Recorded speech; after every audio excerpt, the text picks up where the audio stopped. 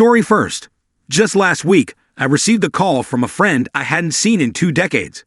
We used to be neighbors and inseparable best friends until an extraordinary event changed everything, causing us to lose touch. I'll do my best to retell the incident that led to our separation, so please bear with me. Back then, I was just 10 years old, and unfortunately, those who might have had more information are no longer around for me to inquire with. I grew up in a financially challenged neighborhood in a small Missouri town. The house we rented barely exceeded the quality of the surrounding shacks, and the entire area teetered on the edge of being a trailer park. My parents, each juggling multiple jobs, left me with little company and conversation. That's why I was thrilled when Julie and her family moved in next door. I roamed outside until she noticed me and extended an invitation to become friends. She agreed, and our days soon revolved around each other. However, it wasn't long before I sensed something peculiar happening. Julie's parents were kind, but their behavior held an air of oddity. Even my parents found them unusual when they met. Their religiosity was notable, not an anomaly for our locality, but their devotion to Bible study exceeded any I'd encountered. Religion dominated Julie's education, and she was obliged to partake in daily family Bible study at home. Her unconventional education extended to being homeschooled by her mother, which struck me as bizarre. Before meeting her, I hadn't even realized homeschooling was a possibility. Though I admired it initially and urged my mom to consider it, financial constraints prevented that. However, the truth we later uncovered, the reason behind Julie's departure, rendered the whole situation far less appealing. I was just a couple of weeks shy of turning 11 when Julie was abruptly taken from us. I vividly remember waking up for school and noticing flashing police lights through my curtains. Peering outside, I saw a cluster of police cars at Julie's house. Upon inquiring, my parents brushed off the situation, advising me not to worry. After breakfast, they dropped me off at school as usual. Yet, I couldn't focus. My mind raced with thoughts of Julie. Devoid of information, my imagination spiraled into a realm of dire possibilities. I couldn't bear the anticipation, so I raced the mile home instead of waiting for the bus.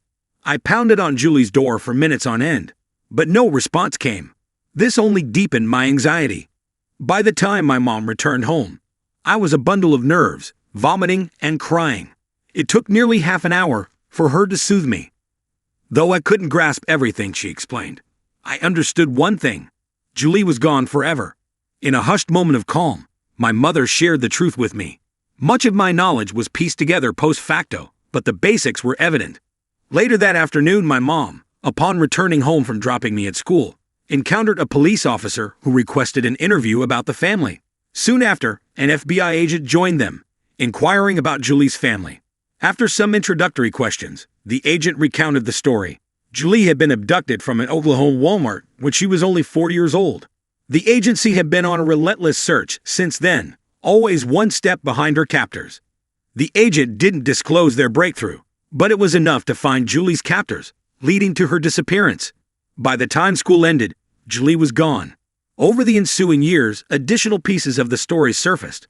My dad stumbled upon a newspaper article from Julie's hometown, shedding light on many previously unknown details. The article described how Julie had been taken from a Walmart, her mother momentarily distracted.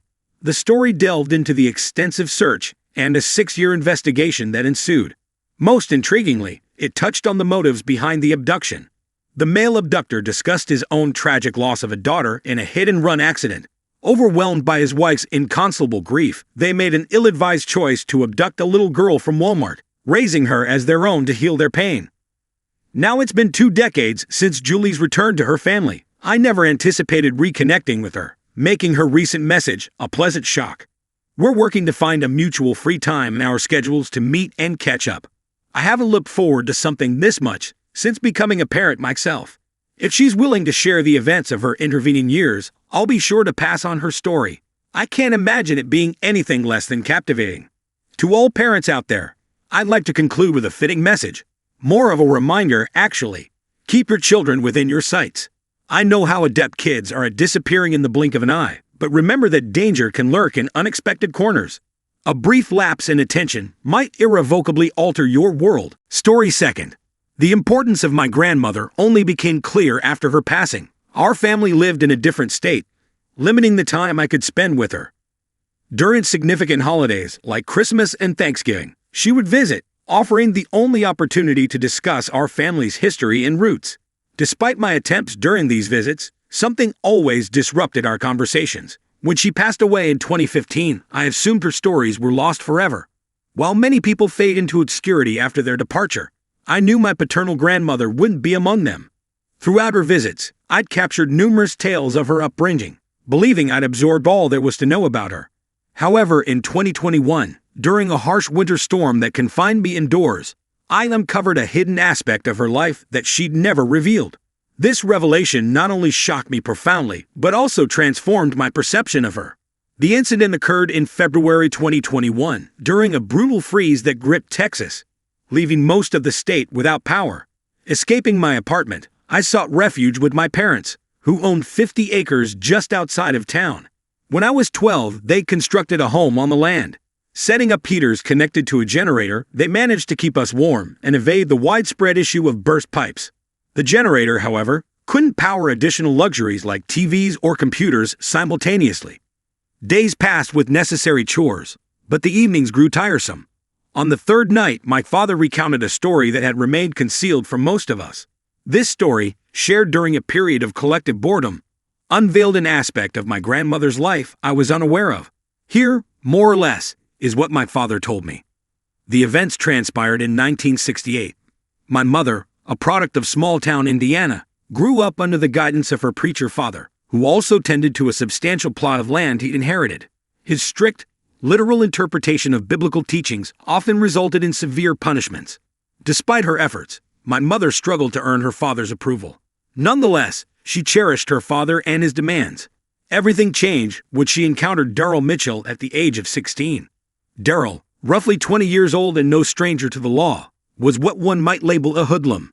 Despite not knowing each other, something drew them together, and their romantic involvement spiraled downward. The moment her parents learned of this romance, their reaction was one of horror. Daryl, story third.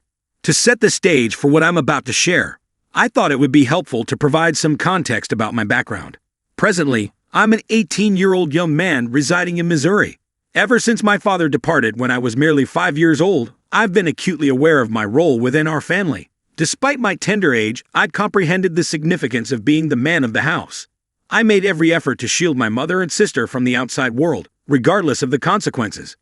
Even though I knew I was in for a harsh beating, I stood up to an older kid when he directed vulgar language towards my sisters. Back then, I might not have fully grasped the meaning of those words, but my sister's tears communicated their weight. It ended up costing me a tooth. But that altercation made it abundantly clear to everyone in our town how resolute I was. That fight wasn't the last time I faced physical punishment for defending my family. I seldom emerged victorious from these fights. Yet I remain unapologetic for safeguarding them. I would repeat it all over again without hesitation, even if it meant risking my life. However, protecting my family wasn't solely about confrontations. Perhaps the most distressing incident in my life transpired when my sister fell victim to a hit-and-run accident. She was only 16 at the time, and her untimely demise deeply shook our mother. Despite being just 13, I stepped forward to alleviate some of the burden from my mother's shoulders. Recognizing our inability to afford a proper funeral for my sister, I sold off all my possessions except my clothing. I retained my clothes because it seemed unlikely anyone would desire worn-out hand-me-downs from thrift stores. Regrettably, even this wasn't sufficient. Thankfully, my father's side of the family graciously stepped in to cover the costs. Nevertheless, I handed over the money to my mother to assist with our bills. I wish I could have contributed more, but my age hindered me from securing employment. I share these experiences to underscore the enduring importance of family in my life.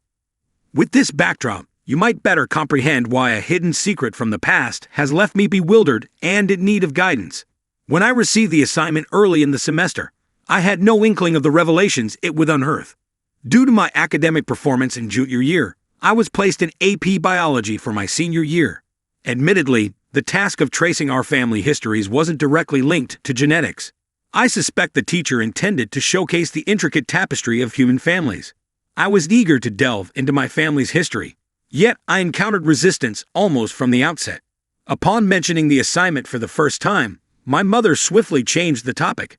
Initially, I dismissed this reaction, but subsequently, every mention of it met with similar avoidance or outright dismissal. While I remained uncertain about the cause of her response, it was evident that she was concealing something. Luck was on my side, as I stumbled upon a distant cousin through a genealogy website, and she provided most of the information I needed. Only a small fragment, which only my mother could furnish, remained missing. As my deadline loomed, my anxiety heightened, and I implored my mother for assistance. She continued to offer excuses and evasions until I brought up the cousin's name. A peculiar and unsettling expression crossed her face, and she requested that I sit down. I could never have anticipated what I was about to hear. Up until the 1990s, my family had been fairly ordinary. My mother's lineage arrived in the United States during the mid-1800s, originating from Sweden, like countless others. They acquired a modest piece of land for farming. After World War II, my grandparents met and established our family. Yet a dark cloud shrouded this seemingly normal history when my mother turned 13. Around that time, her father began making unwelcome visits to her room late at night. I won't delve further into those details. She endured this in silence for a while, hoping it would cease. However, a year passed, and the disturbing visits persisted. She eventually disclosed this to her mother, hoping for understanding. Instead of her mother's support, my grandmother labeled my mother a liar and even resorted to physical violence by slapping her. Following this incident, my mother suffered in silence as the bedroom visits persisted until someone intervened to put an end to it. The person who eventually stepped in was my uncle, my mother's twin brother. He had remained oblivious to this ordeal until he inadvertently caught his father leaving my mother's room one night. Initially, he dismissed it, believing it was inconsequential. Yet, upon confronting his sister, she broke down and confessed the truth. Understandably, he was appalled and infuriated by what he learned. He confronted his father, who instead of denying the accusations, instructed him to mind his own business. This response only fueled his anger. In a matter of moments, everything changed irreversibly. My uncle exited the room where he had confronted his father, retrieved a shotgun from his closet, and returned to find his father sitting on the couch watching TV. Silently and calmly, he approached his father and fired a single shot into the back of his head. The immediate result was devastating. A single close-range blast from the potent firearm concluded it all. As you might imagine, the household plunged into chaos. My uncle offered no resistance as the police took him away. This marked the final time my mother saw her twin brother. But what should have been the end of this nightmarish chapter merely marked the beginning of further torment. My grandmother directed a continuous barrage of curses and blame toward my mother, holding her accountable for her husband's death. The abuse escalated to the point that my mother eventually fled home, married my father, and left. You already know the eventual outcome of that marriage. The revelation left me utterly speechless. I was at a loss for words. Her account answered numerous questions, yet simultaneously birthed countless more. I had often wondered why my mother's side of the family never made an appearance. I simply assumed they were no longer alive. My mother never spoke about them, and whenever their names came up in conversation, she would either ignore the topic or change it. My father must have been aware of this, considering he never broached the subject either. Reflecting now, it strikes me how peculiar that was. My peers would inquire about that side of my family, and I had nothing more to offer than a shrug. In youthful naivety, such matters seemed trivial. Yet now they consume my thoughts, as it's become the only thing that matters. Since sharing this revelation with me, my mother and I have exchanged few words. I can't speak for her, but I'm uncertain what I would say even if we did communicate. A whirlwind of thoughts and questions whirls through my mind incessantly. While I am profoundly empathetic toward my mother for enduring such a harrowing experience, I also wrestle with feelings of resentment for being kept in the dark. Nevertheless, I recognize these sentiments as selfish impulses. Despite my paper's imminent due date, I find myself caring very little about it. Graduating or not holds little significance to me at this juncture. I am, of course, maintaining